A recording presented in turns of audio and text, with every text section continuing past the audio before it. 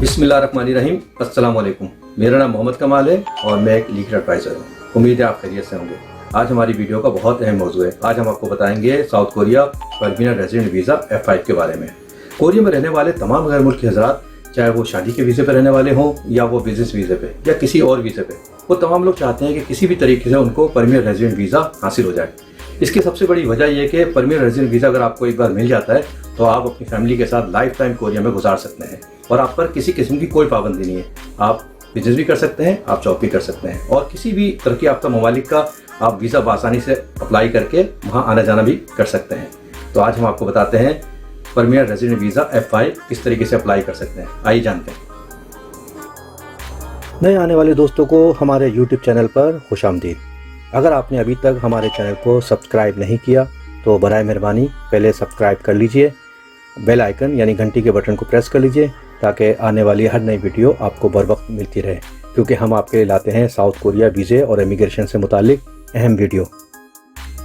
आज हम आपको बताएंगे Korea permanent resident visa F5 आप कैसे अप्लाई कर सकते हैं और उसका क्या तरीक़ाकार है। लिहाजा वीडियो को आखिर वक्त तक देखिएगा ताकि आपको तमाम तरीका सही समझ में आ जाए।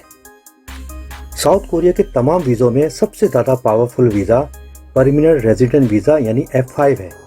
दुनिया भर के गैर मुल्की हज़रात जो साउथ कोरिया में रहते हैं उनकी बस यही ख्वाहिश होती है कि किसी भी तरह कोरिया परमानेंट रेजिडेंट वीज़ा हासिल कर लें। इसकी चंद अहम खूबियाँ बताता चलूँ। इसको दूसरे वीज़ों की तरह साल या दो साल में एक्सटेंड कराने की ज़रूरत नहीं होती। यानी अगर आपको Korea permanent resident visa F5 मिल जाए तो आप अपनी फैमिली के साथ लाइफ टाइम साउथ कोरिया में रह सकते हैं और आप पर किसी किस्म की कोई पाबंदी नहीं है। आप जो मर्जी आए करें, आप चाहे जॉब करें, आप चाहे बिजनेस करें और आप बल्दियाती इलेक्शन में भी हिस्सा ले सकते हैं, यानी कि बल्दियाती इलेक्शन में भी आप वोट डाल सकते हैं। F5 वीज़े को कोरिया इमिग्रेशन आसानी से कैंसिल नहीं कर सकती है जब तक आप कोई बड़ा संगीन जुर्म ना करें। अगर आप कोई संगीन जुर्म करते हैं और जिसमें आपको 5 साल या इससे ज़्यादा सज़ा होती है तभी कोरिया इमिग्रेशन आपके F5 वीज़े को कैंसिल कर सकती है, मगर आपकी छोटी मोटी गलतियों से आपके वीज़े पर कोई असर नहीं होगा। इसलिए ministry of justice Korea immigration ने इसका प्रोसेस मुश्किल किया हुआ है ताकि आप बआसानी F5 वीज़ा अप्लाई ना कर सकें। अब हम आपको बताएंगे कौन कौन से गैर मुल्की हज़रात F5 वीज़ा यानी परमानेंट रेजिडेंट वीज़ा अप्लाई कर सकते हैं। नंबर 1, ऐसे गैर मुल्की हज़रात जो शादी के वीज़े यानी F6 वीज़े में रहते हैं और उनको शादी का वीज़ा लिए 2 साल हो चुका है। नंबर 2, ऐसे गैर मुल्की हज़रात जिनके पास F5 वीज़ा है और उनकी बीवी या उनके शौहर के पास F2 वीज़ा है और उनको F2 लिए हुए 2 साल से ज़्यादा का अरसा गुजर चुका हो। नंबर 3, ऐसे गैर मुल्की हज़रात जिनके पास F5 वीज़ा है और उनके जो बच्चे हैं उनके पास F2 वीज़ा है और उनका F2 वीज़े को भी 2 साल से ज़्यादा का वक्त हो गया हो। नंबर 4, ऐसे बच्चे जो साउथ कोरिया में पैदा हुए हैं और उनकी माँ या उनके बाप के पास F5 वीज़ा है और वो अपने वालिदैन के साथ रहते हों। नंबर 5, ऐसे गैर मुल्की हज़रात जिन्होंने कोरिया में आके अपनी तालीम मुकम्मल की यानी ग्रेजुएशन किया और डॉक्टरेट की डिग्री हासिल की है। नंबर 6, ऐसे गैर मुल्की हज़रात जिनके पास F4 वीज़ा हो और उनको कोरिया आए हुए 2 साल से ज़्यादा का वक्त गुजर चुका हो। नंबर 7, ऐसे गैर मुल्की हज़रात जिनके पास H2 वीज़ा हो और उनको कोरिया आए हुए 4 साल से ज़्यादा का वक्त गुजर चुका हो। ये तमाम लोग Korea permanent resident visa F5 apply कर सकते हैं अगर इनकी सालाना इनकम कोरियन GNI पर capital gross national income 3,74,00,000 Korean von होनी चाहिए और अप्लाई करते वक्त आखिरी 2 साल का रिकॉर्ड जमा कराना होगा। यहाँ एक बात और वजाहत करता चलूँ, अगर आपके पास F5 वीज़ा है और आपकी बीवी या आपके शौहर के पास F2 वीज़ा है और वो भी F5 वीज़ा अप्लाई करना चाहते हैं मगर उनकी इनकम GNI का 50% है, ऐसी कंडीशन में आपकी आमदनी को मिलाकर उनका F5 वीज़ा अप्लाई किया जा सकता है। मतलब यह है कि अगर आपके पास F5 वीज़ा है और आप अपनी बीवी या बच्चों को F5 वीज़ा दिलवाना चाहते हैं तो आप अपनी आमदनी और उनकी आमदनी को मिलाकर GNI जो 3,74,00,000 बनती है उसको पूरी करके उनका वीज़ा अप्लाई कर सकते हैं। और ऐसे गैर मुल्की हजरात जिनकी आमदनी कम है मगर उनके पास प्रॉपर्टी है और उस प्रॉपर्टी का वो सालाना टैक्स 5 लाख कोरियन वॉन अदा करते हैं, ऐसे हजरात भी F5 वीज़ा अप्लाई कर सकते हैं। इसके अलावा Korea permanent resident visa apply करने के लिए आपको कोरियन ज़बान आनी चाहिए, यानी आपको कोरियन लैंग्वेज कोर्स या इमिग्रेशन लैंग्वेज कोर्स वगैरह पास होने चाहिए। साथ ही F5 वीज़ा अप्लाई करते वक्त आपको अपने मुल्क का और साउथ कोरिया का पुलिस कैरेक्टर सर्टिफिकेट भी जमा कराना होगा। अगर रिकॉर्ड में कानून की खिलाफ वर्जी हुई तो आपका केस रिजेक्ट किया जा सकता है। ऐसे गैर मुल्की हजरात जिन्होंने 3 साल के अंदर कोरिया में कानून की खिलाफ वर्जी की थी और उनको 50 से 70 लाख कोरियन वॉन जुर्माना आया था, ऐसे लोग 3 से 5 साल तक F5 वीज़ा अप्लाई नहीं कर सकते हैं। ऐसे गैर मुल्की हजरात जो F5 वीज़ा हासिल कर लेते हैं, यही लोग बाद में बासानी कोरियन शहरियत भी हासिल कर सकते हैं। अभी हमने जो आपको बताया था, ये वो तमाम गैर मुल्की हजरात Korean GNI 3 crore 74 lakh Korean von आमदनी पर F5 वीज़ा अप्लाई कर सकते हैं।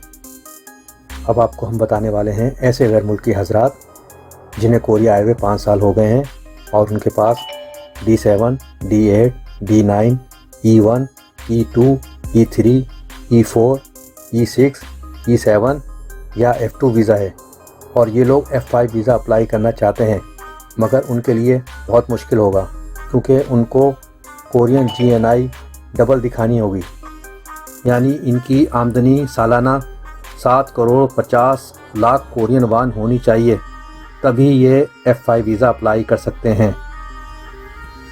इससे पहले हमने जिन लोगों का बताया था उनको F5 वीज़ा अप्लाई करने के लिए कोरियन GNI सिंगल यानी 3 करोड़ 75 लाख कोरियन वॉन दिखानी थी, मगर अब हम जिन लोगों का जिक्र कर रहे हैं उनको F5 वीज़ा अप्लाई करने के लिए कोरियन GNI डबल दिखानी होगी, यानी 7.5 करोड़ कोरियन वॉन सालाना, तभी ये लोग F5 वीज़ा अप्लाई कर सकते हैं, जो इन लोगों के लिए बहुत मुश्किल होगा क्योंकि ये तकरीबन 62,000 अमरीकी डॉलर सालाना बनते हैं।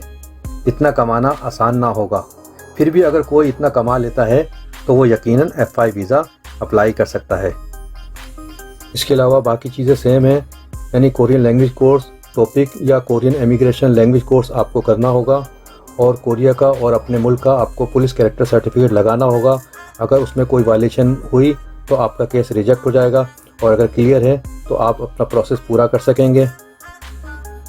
कोरियन लैंग्वेज कोर्स के बारे में एक और वजाहत करता चलूँ, आप जब भी F5 वीज़ा या कोरियन शहरियत अप्लाई करते हैं तो अप्लाई करने से पहले या तो आप टॉपिक 2 पास करते हैं या आप Korean immigration language course pass करते हैं, जो 5 लेवल पर मुश्तमिल होता है। टॉपिक 2 लैंग्वेज कोर्स 2 साल तक वैलिड होता है, यानी टॉपिक 2 पास करने के बाद 2 साल के अंदर अंदर आप F5 वीज़ा या कोरियन शहरियत अप्लाई कर सकते हैं। अगर आपका 2 साल से ज़्यादा वक्त गुजर जाए तो टॉपिक 2 एक्सपायर हो जाता है, यानी 2 साल के बाद आप इसको इस्तेमाल नहीं कर सकते। लिहाजा बेहतर यही है कि आप कोरियन इमिग्रेशन लैंग्वेज कोर्स करें, जो कभी भी एक्सपायर नहीं होता, और जब भी आप अपनी आमदनी या दूसरी चीज़ को मैनेज कर लें तभी उसके साथ अटैच करके आप अपना प्रोसेस यानी F5 वीज़ा या कोरियन शहरियत अप्लाई कर सकते हैं। F5 वीज़ा एप्लीकेशन फॉर्म या तो आप हाई कोरिया से डाउनलोड कर लें या अपने करीबी इमिग्रेशन ऑफिस से हासिल कर लें, और आपका जो वैलिड पासपोर्ट है वो कम से कम 6 महीने का वैलिड होना चाहिए। और उसके अलावा आप जो पुलिस कैरेक्टर सर्टिफिकेट है कोरिया का और जो आपके मुल्क का है वो दोनों उसके साथ अटैच करें, और अपनी जो हाउस कॉन्ट्रैक्ट है जहाँ पे रहते हैं आप उस कॉन्ट्रैक्ट की कॉपी लगाएं, और आपकी जो GNI जो आमदनी आपकी लगानी थी सालाना वो आप करीबी किसी टैक्स ऑफिस से जाके अपने कलेक्ट कर सकते हैं। वो आपको 2 साल की लगानी होगी, जैसे 2021 चल रहा है, तो अगर अभी आप फौरी अप्लाई करते हैं तो 2020 की और 2019 की आपको GNI लगानी पड़ेगी। उसकी कॉपी उसके साथ अटैच कर लें, और साथ ही आपने लैंग्वेज कोर्स भी किया हुआ है, वो लैंग्वेज कोर्स की कॉपी भी उसके साथ अटैच कर लें। आपकी तस्वीर भी होनी चाहिए, और 2 लाख कोरियन वॉन उस पर इमिग्रेशन की चार्जेस है, उनकी फ़ीस है, और वो आप इसके साथ अटैच करके ये प्रोसेस को कर सकते हैं। और अगर आपको कोई भी वीज़ा अप्लाई करने के बारे में कोई भी परेशानी हो तो आप हमारी लॉ फर्म की सर्विस से भी फ़ायदा उठा सकते हैं। हमारी लॉ फर्म कोरिया इमिग्रेशन का एक रजिस्टर्ड इदारा है। वीडियो पसंद आने पर लाइक और शेयर करना ना भूलिएगा। बहुत से हमारे दोस्तों ने कमेंट बॉक्स में हमसे पूछा है कि कोरिया एम्बेसी कब खुलेगी, विजिट वीज़ा कब अप्लाई कर सकते हैं, तो उन दोस्तों के लिए यही जवाब है कि फ़िलहाल दुनिया भर में कोरिया एम्बेसी ने विजिट वीज़े बंद किए हुए हैं। अभी सिर्फ बिजनेस वीज़ा और फैमिली वीज़ा अप्लाई किया जा सकता है। विजिट वीज़े के लिए आपको वेट करना पड़ेगा। अभी कोविड-19 की वजह से पूरी दुनिया में विजिट वीज़े बंद हैं। जैसे ही विजिट वीज़े खुलेंगे हम इंशाल्लाह आपको अपडेट देंगे। उम्मीद है आपको कोरिया परमानेंट रेजिडेंट वीज़ा यानी FI अप्लाई करने के बारे में तमाम मालूमात हासिल हो गई होगी।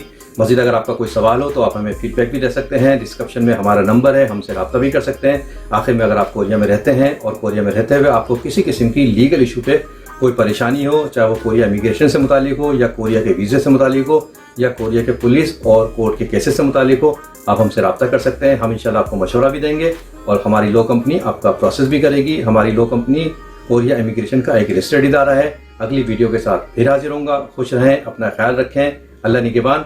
खुदा हाफिज़।